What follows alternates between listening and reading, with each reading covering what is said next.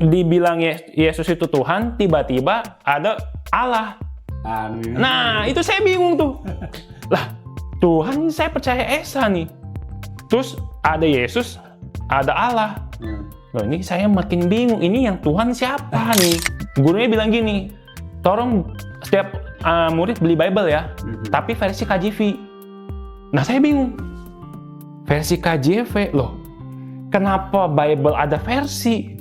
Di situ saya udah mikir, coba lu tunjukin di mana pernah ada Yesus bilang Yesus dikirim untuk semua bangsa. Kalau yang nonton ini orang Kristen ya semoga kalian mualaf gitu. Amin ya. Biar sadar gitu loh. Nah, mungkin ini ayat-ayat yang diumpetin sama pendeta. Assalamualaikum warahmatullahi wabarakatuh. Kembali lagi di channel Adama Entertainment, channelnya tentang video Islam dan juga kisah mu'alaf. Sebelum mulai, jangan lupa untuk like dan juga subscribe ya. Tanpa panjang lebar, ayo kita saksikan. Nama saya Ricky, ya saya mu'alaf ya.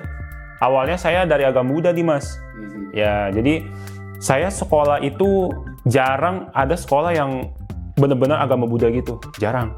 Jadi rata-rata itu pasti SMK Kristen lah, ya kan. Nah, orang tua saya kan nggak mungkin masukin ke sekolah Islam, nggak mungkin. Jadi orang tua saya masukin ke yang SMK Kristen lah segala macem.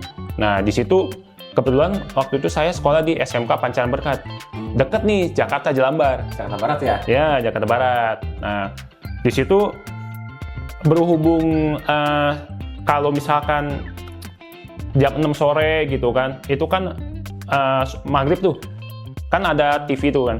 Iya, iya. Nah, di situ saya kenalnya tuh, oke, Tuhan itu Esa. Nah, saya kenal Tuhan itu Esa dari Islam juga awalnya, ya kan.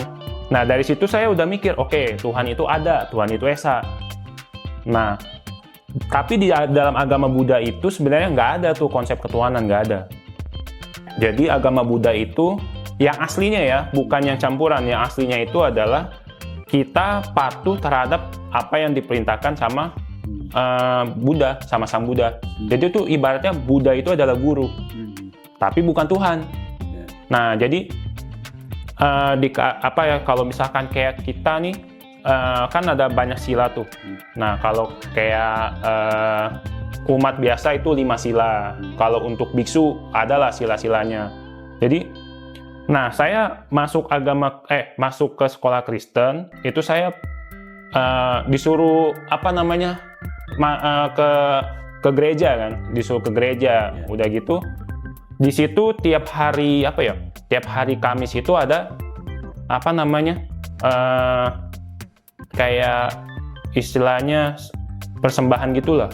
Persembahan lupa lah. Jadi tiap hari Kamis tuh dikumpulin di gereja di sekolahnya, nyanyi. Oleh gurunya? Ada, kayak bukan guru sih, kayak lebih ke tokoh agama. Iya, kayak disuruh nyanyi, terus persembahan, doa segala macem, ya kan. Nah, saya mulai tertarik tuh dari Kristen. Kayaknya enak ya lagunya tuh menyentuh hati, ya kan? Terutama lagunya. Kalau misalkan lagunya dimainin tuh merinding, ya kan. Jadi tuh kayak asik ya Kristen ya. Terus cara doanya beda banget ya sama agama gua nih, ya kan. Kalau agama Buddha tuh harus agak strict ya, mesti sujud lah, sama kayak Islam juga nih. Gitu ya?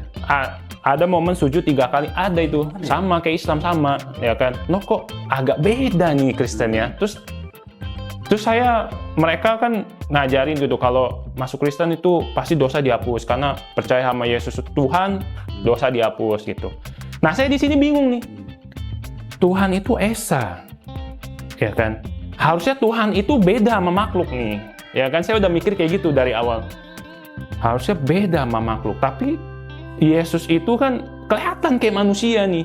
Masa iya Tuhan itu sama kayak manusia? Saya pikir awalnya. Betul. Oke lah, saya nggak langsung terima, saya pelajari lagi nih. Nah, saya di situ kan ada guru agamanya. Karena agama Kristen, kita terpaksa harus belajar agama Kristen dong, ya kan. Nah, dibilang Yesus itu Tuhan, tiba-tiba ada Allah. Nah, itu saya bingung tuh. Lah, Tuhan saya percaya Esa nih. Terus ada Yesus, ada Allah. Loh, ini saya makin bingung. Ini yang Tuhan siapa nih? Ya kan? Oke lah. Akhirnya, tapi saya nggak tanya sih. Saya nggak tanya ke guru. Terus akhirnya saya belajar sendiri. Oh, ternyata Tritunggal gitu kan. Nah, saya carilah Tritunggal segala macam. Singkat cerita tuh, saya pacaran sama orang Kristen. Nah, terus dia ngajak saya nih ke gerejanya. Terus dia bilang, lu kenapa sih nggak mau jadi Kristen? Nah, tunggu dulu. Karena saya masih bingung nih sama konsep Tritunggal. Ya kan, yang Tuhan itu siapa? Allah apa Yesus? Gitu kan, apa Roh Kudus? Nah, udah gitu saya diajaklah ke gerejanya. Itu ada di Bandengan. Namanya saya lupa. Saya tanya nih ke pendetanya, Pak, saya kalau Bapak bisa jawab, saya masuk Kristen sekarang juga. Nah, Tritunggal itu kayak gimana sih? Yang Tuhan itu siapa? Saya tanya ke pendetanya. Pendetanya bilang gini, kamu agamanya apa? Oh, saya Buddha. Dia bilang gini, oh sama kayak agama Buddha. Di Buddha, Buddhanya banyak kan? Iya Pak. Nah, di Kristen juga sama. Tuhannya juga banyak. Loh, kok jadi begitu? Mungkin pendetanya salah jawab ya. Terus saya bilang, Pak maaf nih Pak. Kalau di Buddha, Buddhanya boleh banyak. Tapi kan udah jelas, Buddha itu nggak pernah ngeklaim kalau dia Tuhan. Mungkin dia salah jawab. Dia pamit tuh. Oh, saya pamit dulu ya. Ke atas saya ada acara nih, nanti saya balik lagi. Saya tungguin 30 menit, hampir sejam nggak balik-balik. Ya udah, akhirnya saya pulang. Nah, akhirnya saya bilang kan sama mantan saya, nih, ini belum kejawab nih, ya kan? Akhirnya saya udah putus sama dia dan saya pelajari sendirilah. Saya belajar dari debat, ya kan, dari debatnya Ahmad Didat, dari debatnya Zakir Naik. Oke, terus saya pelajari juga beberapa versi Bible, ya kan. Loh kok, saya juga bingung. Loh ini Bible banyak banget ini ya. Oh, saya pertama kali belajar teologinya dong. Oh, ternyata Kristen Protestan itu dari Katolik. Oke, ya saya bingung. Loh, kenapa Katolik itu bisa beda sama Kristen? Ya kan, Bible-nya beda, terus yang disembah hampir sama sih. Cuman kan kalau di Katolik masih menghargai Bunda Maria, kalau di Kristen kan udah enggak. Nah, saya bingung kok bisa kayak gini.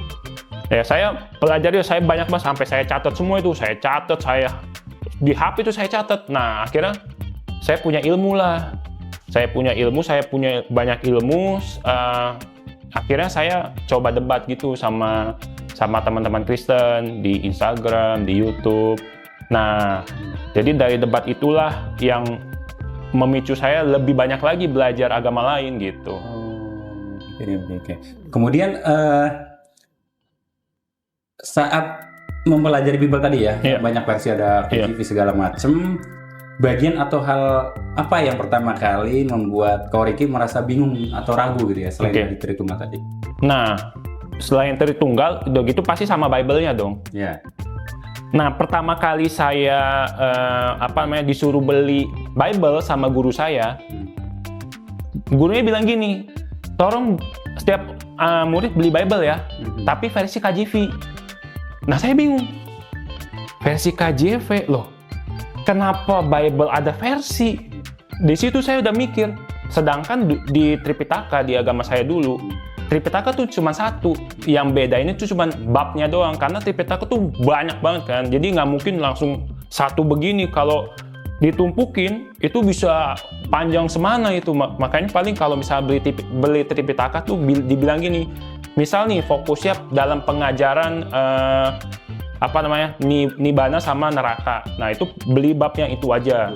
Khusus gitu loh. Atau misalkan mau pelajari sila. Nah, misalnya bab 1, belinya itu. Tapi itu kan bukan versi. Itu kan cuma dipotong-potong biar gampang bacanya. Nah, saya bingung. Loh, kok Bible kayak gini? Terus saya pelajari lah. Oh, ternyata ada KJV, ada Codex Sinaiticus, ada itu lagi lah, Vaticanus loh. Nah, akhirnya saya pelajari tuh Bible yang Sinaiticus. Ternyata, banyak banget ayat yang nggak ada jadi ada, yang ada nggak ada. Nah, ini di sini saya udah agak curiga. Kok begini ya?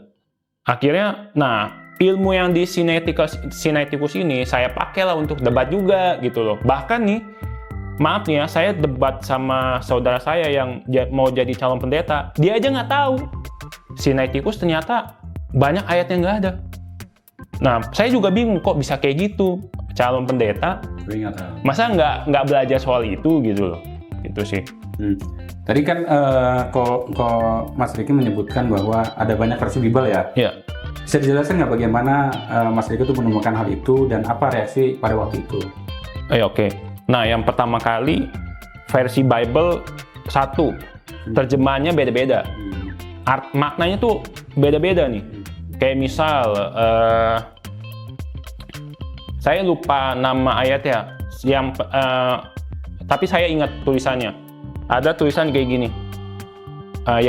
Yesus bilang gini, kalau barang siapa yang mengikuti saya, terus dia merelakan hartanya, tanahnya, suaminya, anak-anaknya, saudaranya, saudara perempuan, saudara wanita. Nah, dia bilang gini, akan diberikan 100 kali lipat dan diberikan hidup yang kekal. Nah, di Inggrisnya itu ada istri. Beda lagi ya. Di Indonesia ya istrinya kemana? Hilang. Nah, itu saya bingung tuh. Nah, itu juga yang menjadi pointing para orang Kristen ini menghina Islam. Kalau katanya di Islam tuh mau masuk Islam tuh lu karena mikirin 72 bidadari ya. Nah, itu kan.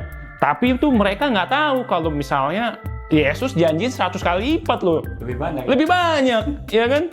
Lebih banyak. Nah, ini nih banyak saya debat sama orang Kristen. Nah, mereka menghinanya kayak gitu. Nah, saya cuma keluarin itu doang. Loh, Yesus tuh janjiin 100 kali lipat loh. Mereka bilang, mana ayatnya? Ya, saya kasih lah yang Inggris. Tuh ada. Kenapa yang Inggris ada, yang Indonesia nggak ada? Nah, mereka bingung linglung. Gitu. Ko Riki sempat diserang ya oleh teman-teman dari Kristen ya. Pasti. Bisa ceritain nggak seperti apa bentuk serangan mereka itu selain yang tadi disebut? Nah, pas saya debat itu ya, lucunya saya kan anonim ya, akun saya tuh anonim. Mereka kira tuh setiap yang debat sama orang Kristen itu pasti Islam, itu pasti. Padahal mereka lupa. Mereka menyiarkan agama itu ketok-ketok ke semua agama. Kan nggak boleh dong kalau kita bertanya kan. Akhirnya mereka itu kira saya Islam, mereka tuh nyerang pakai hadis lah, nyerang pakai Al-Quran, ya kan. Tapi ada satu yang benar-benar yang bikin saya akhirnya, wah ini gua harus mualaf. Oh gitu? Ya, itu ada. Jadi ayat At-Tariq. Nah, jadi mereka ada satu orang Kristen, ya saya harus berterima kasih sama dia. Kalau saya tahu dia orang yang mana, saya samperin, saya jabat tangan sama dia. Karena dia nyerang saya itu pakai At-Tariq.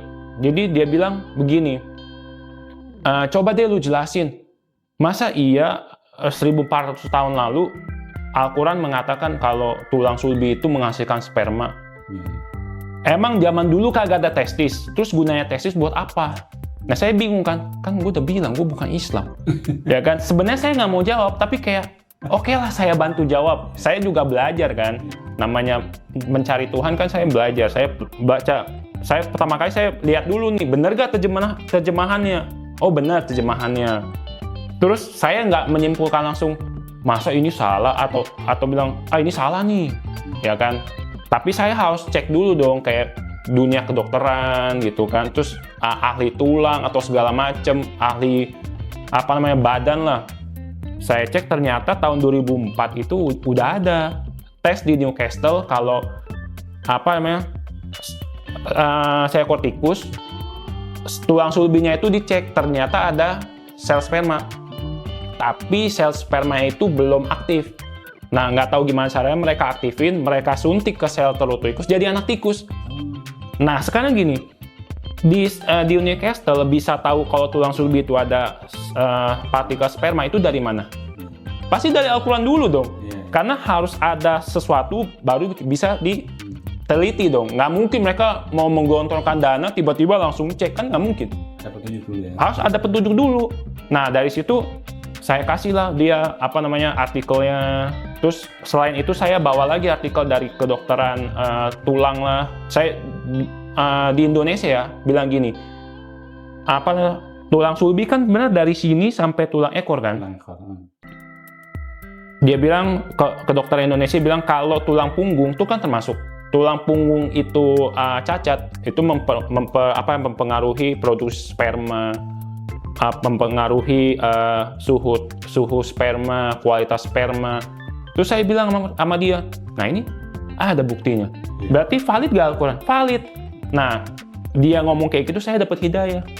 Nah, dari situ saya bilang sama Allah, wah ini udah tamparan keras nih. Ini kalau saya nggak mualaf, berarti saya orang fasik gitu. Saya begitu sama diri saya, makanya nggak lama saya mualaf. Gitu. Menariknya kan mereka menyerang Mas Riki itu kan dengan ayat-ayat Al-Quran tadi ya. Iya. Gitu ya. Padahal saat itu Mas Riki belum masuk Islam gitu ya. Iya, betul. Nah, apa yang Mas Riki pikirkan saat itu tuh? Nah, saya cuma bilang gini, kok saya juga bingung ya. Kalau saya baca Al-Quran itu menurut mereka buruk, tapi menurut saya kok kenapa segampang ini dikasih jawaban sama Allah gitu. Kayak misal nih, saya banyak kayak ada yang lain misalnya, lu orang Islam nyembah batu, ya kan? Terus itu banyak kan. Terus saya bilang, coba sini tampilin ayatnya. Sebenarnya mereka nggak bisa tampilin ayat itu, ya kan? Kayak paling mereka cuma bilang, coba lu tonton tuh video Ustadz, bilangnya kalau Hajar Aswad bisa hapus dosa. Terus saya pelajari lagi lah. Terus saya baca Al-Quran, saya baca hadis, ya ampun, ya Allah, gampang banget jawabnya. Ya kan saya cuma bilang gini, di hadis bla bla bla, ya kan saya lupa hadis berapa. Saya cuma bilang di sini jelas nih Nabi Muhammad bilang begini, adanya Hajar Aswad itu tidak menguntungkan untuk manusia di sini dan juga tidak membuat kerugian. Jadi batunya nggak ada itunya lah, nggak ada faedah. Nah, dalam hadis Umar bin Khattab juga bilang gitu. Kalau Nabi Muhammad nggak mencium batu ini, saya nggak akan menciumnya. Sesungguhnya batu ini batu yang tidak berfaedah. Terus mana sesembahannya? Mana nggak ada sesembahan. Udah gitu saya bilang gini, coba deh gini, kalau misalkan menurut kalian umat Islam itu nyembah batu, ya kan? Emang kalian nyembah apa? Kalian coba gini, kalau kalian anggap Ka'bah itu batu ya sesembahan kita, loh, Ka'bah itu dibersihin, diinjek. Saya kasih videonya tuh, lihat tuh, atapnya Ka'bah diinjek. Sekarang saya tanya, salib lu berani injek gak? Nah, berani nggak? Nggak berani injek kan? Ya udah, berarti siapa yang nyembah berhala? Nah itu saya belum Islam loh. Cuman saya kenapa jawabnya gampang banget, ya kan? Ya mungkin itulah ya, mungkin jalan dari Allah gitu. Akhirnya ya saya memutuskan untuk mualaf itu. Sebenarnya dari situ tuh mau langsung mualaf, tapi kan saya nanya orang tua dulu. Saya baik-baik dulu mama gitu kan, soalnya ngeri nih orang tua saya nih kalau saya mau kalau dia bilang kalau saya Islam mau bunuh diri, dia bilang. Iya, mama saya bilang gitu. Bahkan pas saya 2 hari mualaf itu mama saya bener-bener minum obat tidur itu sampai 10 itu. Saya sampai saya tanya sama teman saya gini, ini kalau saya mualaf terus orang tua saya bunuh diri karena saya dosa gak gitu. Teman saya tuh sampai tanya Ustadz. Ustadznya bilang gini, keputusan apapun yang dilakukan oleh manusia itu atas kesadaran dirinya sendiri. Jadi tidak mungkin dosa itu ditransfer ke saya, karena yang dilakukan itu adalah mereka kan sadar perbuatan sendiri. Jadi nggak mungkin lah. Jadi ya udah saya mualaf aja. Ya udah saya modal nekat aja deh. Ya kan, ya sempat juga sih ditentang sama cici saya, adik saya. Mereka bilang, lu anak durhaka, lu bener ya. Saya cuma bilang, durhaka dari mananya? Saya mau Islam, saya Kristen tuh saya tetap Riki gitu loh. Saya tetap anak mama saya gitu. Kan saya nggak jahat gitu loh. Saya cuma pindah keyakinan dan saya tidak memaksa kalian untuk ikut agama saya kan gitu. Akhirnya ya mualaf sekarang aman-aman aja sih. Kalau bapak, ayah? Kalau papa udah meninggal, gitu. Adik-adik aja yang ini ya reaksinya. Iya. Berapa lama tuh reaksinya sampai seperti itu? Berapa lama? Berapa ya? 1 bulan lah. 1 bulan ya. Iya. Sebentar lah itu. Sebentar lah, ya alhamdulillah sebentar doang. Tapi sekarang ya mereka udah bisa menerima lah, gitu. Awalnya juga mereka meragukan, yakin lu nggak bisa makan babi lu. Saya cuma bilang gini, sejak kapan saya suka babi gitu. Saya nggak suka babi, saya paling cuma bisa makan kerupuknya doang gitu loh. Jadi emang buat saya masuk Islam tuh mudah sekali karena gini. Saya itu nggak benci Islam, tapi saya benci orang yang ngaku Islam. Dia ngaku Islam tapi apa ya tindakannya nggak sesuai Islam, ya gitu. Tapi banyak lah oknum juga rata-rata begitu kok. Nggak Islam aja. Nggak Islam aja, ya kan. Nah, yang lucunya ini orang Indonesia ngebandingin itu bukan apple to apple. Misal nih kayak di Indonesia mayoritas Islam, mereka bilangnya tuh lihat tuh Islam buruk. Jadi coba lu lihat deh di Amerika. Kristen semua kan? Ya, coba lihat di Brazil gitu ya. Di Brazil, di Amerika coba lihat. Yang perkosa orang siapa? Iya. Yang bunuh orang siapa? Yang nembak orang anak SMP bisa nembak orang. Itu agama apa? Karena mayoritas agamanya Kristen. Harusnya di apple to apple. Ngebandinginnya ya mayoritas sama minoritas. Jangan itu dong, jangan nggak sebanding. Ya kan kalau nggak sebanding itu ya mana bisa. Gitu. Berarti momen tadi ya, momen yang diserang itu kemudian yang membuat Mas Ri itu masuk Islam gitu ya? Iya. Itu sempat gejolak itu lama, kemudian belajar dulu atau langsung memutuskan, kemudian dibimbing sama siapa itu belum jelas? Enggak, kalau bimbingan saya nggak ada waktu. Nah maksudnya syahadatnya sama siapa gitu dan sebagainya. Itu. Syahadat. Iya kan memutuskan kan tadi kan cuma habis debat, wah ini saya harus mualaf nih kalau nggak mualaf saya jadi orang yang fasik kan begitu. Iya betul. Kemudian teknisnya itu gimana? Maksudnya apa ke masjid atau nemuin ustadz saya syahadat? Oh gitu. Awalnya gini.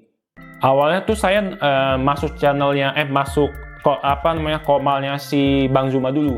Oh, di TikTok ya? Iya, di TikTok. Saya tanya tuh, Bang, saya mau mualaf.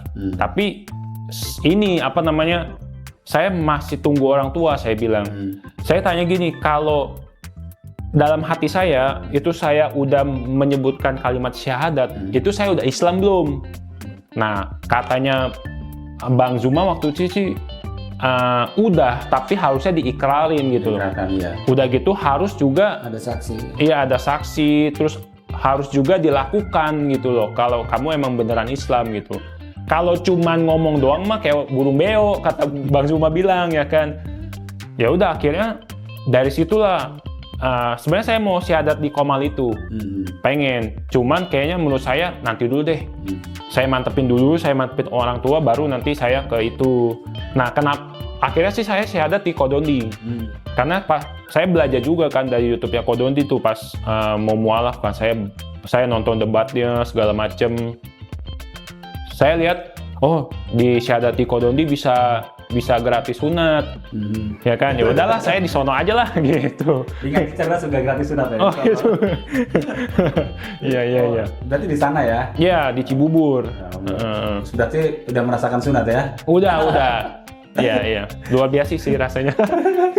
Terus habis itu sekarang ikut bimbingan, belajar segala macam gitu ya? Iya, paling saya ikut pengajian aja sih. Pengajiannya guru ngajian datang ke rumah gitu. Berarti itu momen yang membuat penasaran Mas Riki ya tadi? Iya.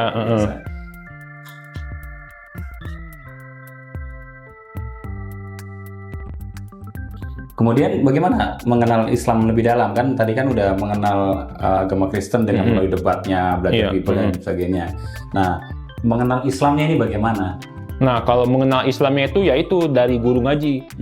Saya nanya gitu kan, kalau di Islam tuh seperti ini tuh seperti apa? Misalkan saya di rumah ada guguk ya. Iya. Nah, itu gimana cara bersihin najisnya? Apa yang harus saya lakukan? Nah, itu ya saya merasakan pas saya masuk Islam itu sebenarnya luar biasa gitu loh. Kayak ini agama suci banget gitu loh. Enggak gampang masuk Islam tuh.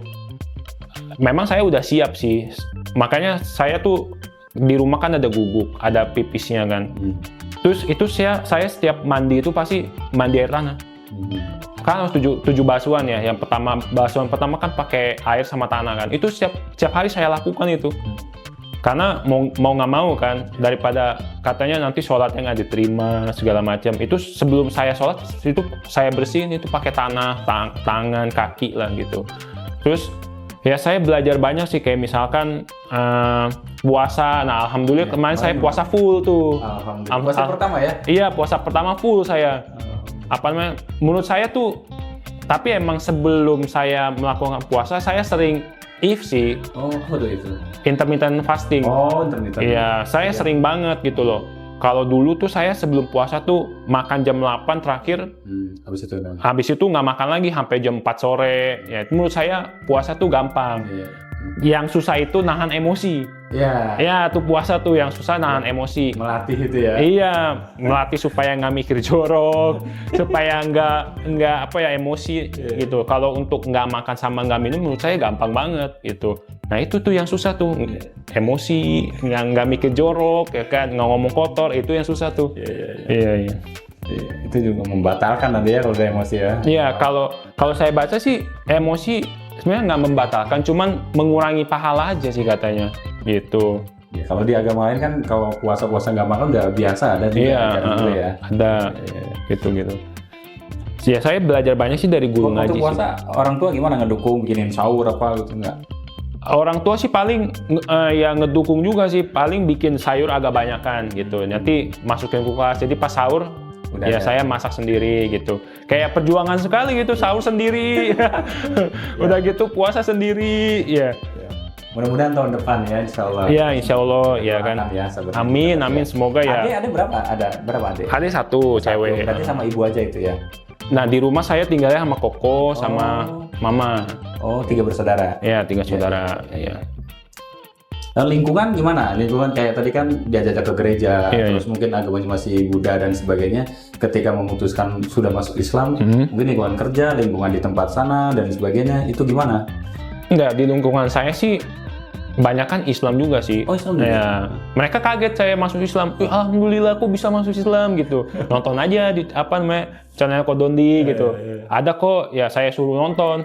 Ya bagusnya mereka, oh gitu ya. Bahkan juga ada yang, oh saya baru tahu loh. Pas saya nonton channel Kodondi nih, nonton saya dakwah kan. Oh saya baru tahu ternyata di Al-Quran begini isinya. Banyak yang begitu. Banyak juga yang di kolom komentarnya di channel Kodondi tuh banyak bilang, gila, saya Islam, setelah saya bukan Islam. Malah mualaf lebih tahu gitu. Banyak yang kayak gitu ya kan, alhamdulillahnya berarti kan itu dakwah juga kan. Bisa menambah giroh ya. Iya, menambah. Makanya saya tuh ngomong kalau misalkan saya diajak dakwah tuh saya selalu bilang, saya mau nyari Tuhan itu 31 tahun. Justru yang Islam tuh jangan sampai keluar. Gitu loh. Jangan sampai murtad. Ya sayang kan. Saya 31 tahun ketemu Tuhan. Lah, antum yang dari kecil udah lurus nih, tinggal ikutin doang, masa keluar? Gitu loh. Makanya kalau misalnya nih kalau ada yang kurang paham atau misalkan nih mau murtad nih, misal ke agama Kristen, mendingan ya konteks saya deh. Saya teologi Kristen saya kenceng nih, lebih dari pendeta. Karena tadi belajar beberapa versi. Iya, belajar nih. Saya bahkan mempelajari itu ya, Matius 28 ayat 9 sampai 20 itu kan palsu kan. Nah, coba dijelaskan tuh. Kan ada nggak ngerti nih. Ada nggak ngerti kan. Nah, jadi waktu itu saya debat nih sama orang Kristen. Ini baru nih ya kan. Jadi sebenarnya udah banyak sih, udah ada 2 buku kan sebelumnya tuh menjelaskan kalau Matius 28 ayat 9 sampai 20 itu kan ayat sisipan. Itu udah banyak. Menjelaskan apa? Misalnya di buku 1 The Five Gospel. Itu sama the New Original New Testament. Itu udah bilang kalau Matius 28 ayat 9 sampai 20 itu ayat sisipan. Dan seharusnya nggak di sana gitu loh. Nah, tapi banyak nih orang apologet tuh yang ngeyel kalau sebenarnya itu ayat asli gitu loh. Terus saya berdebat lah sama mereka tuh. Saya melawan 6 apologet sendirian. Udah gitu saya cuma bilang gini, coba buktikan kalau ayat Matius 28 9 sampai 20 itu asli. Oke, mereka kasih bukti nih, ya kan? Oh ada, iya ada. Nah, coba lu tunjukin di mana pernah ada Yesus bilang Yesus dikirim untuk semua bangsa. Nah, mereka kasih tuh ayatnya. Mereka kasih ayatnya, mereka kasih surat Nisea, kasih surat Saint Agustinus dari Antioquia, dari Diatesaron. Saya juga baru tahu tuh Diatesaron segala macam, saya baru tahu. Saya baru tahu kan. Oke, saya pelajari. Oke, saya minta waktu 10 menit, saya pelajari semuanya. Saya pelajari. Ternyata yang mereka kirim semua palsu semua. Palsu semua. Misal nih, ada apologet yang ngirim Diatesaron. Nanti mungkin boleh ya kita tampilin data ya. Nanti saya kasih datanya. Nah, sepertilah kisahnya, bagaimana kan kisahnya ini sangat menginspirasi kita bahwa kita itu sebagai umat muslim, dengan adanya video ini kita itu menjadi terinspirasi bahwa kita itu bisa lebih baik lagi. Dan dengan video ini juga mungkin kalian juga yang mungkin non muslim ya, yang menyaksikan ini, kalian juga mungkin ada gambaran seperti apa bahwa agama Kristen itu tidak selalu misalnya benar ya, karena banyak juga kontradiksi di sini, bahwa agama Kristen, agama non Islam misalnya gitu ya, jika orang-orang mereka itu mualaf tuh karena apa, kebanyakan itu mereka itu tahu bahwa Islam itu adalah agama yang benar, agama yang lebih masuk akal daripada agama-agama lainnya. Dari mana kita itu bisa tahu hal itu ya, karena kita mempelajari Al-Quran dan mempelajari agama Islam gitu. Kita itu harus terpikir terbuka. Indonesia itu emang toleransi ya, tapi ketika kita dihadapkan dengan sesuatu agama gitu ya, kita harus mengkaji, misalnya agama Kristen seperti ini, agama Hindu seperti ini, agama Islam juga seperti ini, dan berbeda-beda ya, karena di Indonesia itu banyak sekali agama ya, tapi kebanyakan di channel ini adalah tentang agama dari non muslim ke muslim, dikarenakan agama Islam adalah agama yang paling sempurna di dunia ini. Sampai akhir zaman pun Al-Quran itu berkata bahwa Allah itu akan menjaga Al-Quran sampai hari akhir. Nah, seperti itulah bagaimana kisahnya ya. Dan jika kalian suka, jangan lupa untuk like, comment, dan subscribe ya. Dan nantikan video saya selanjutnya. Assalamualaikum warahmatullahi wabarakatuh.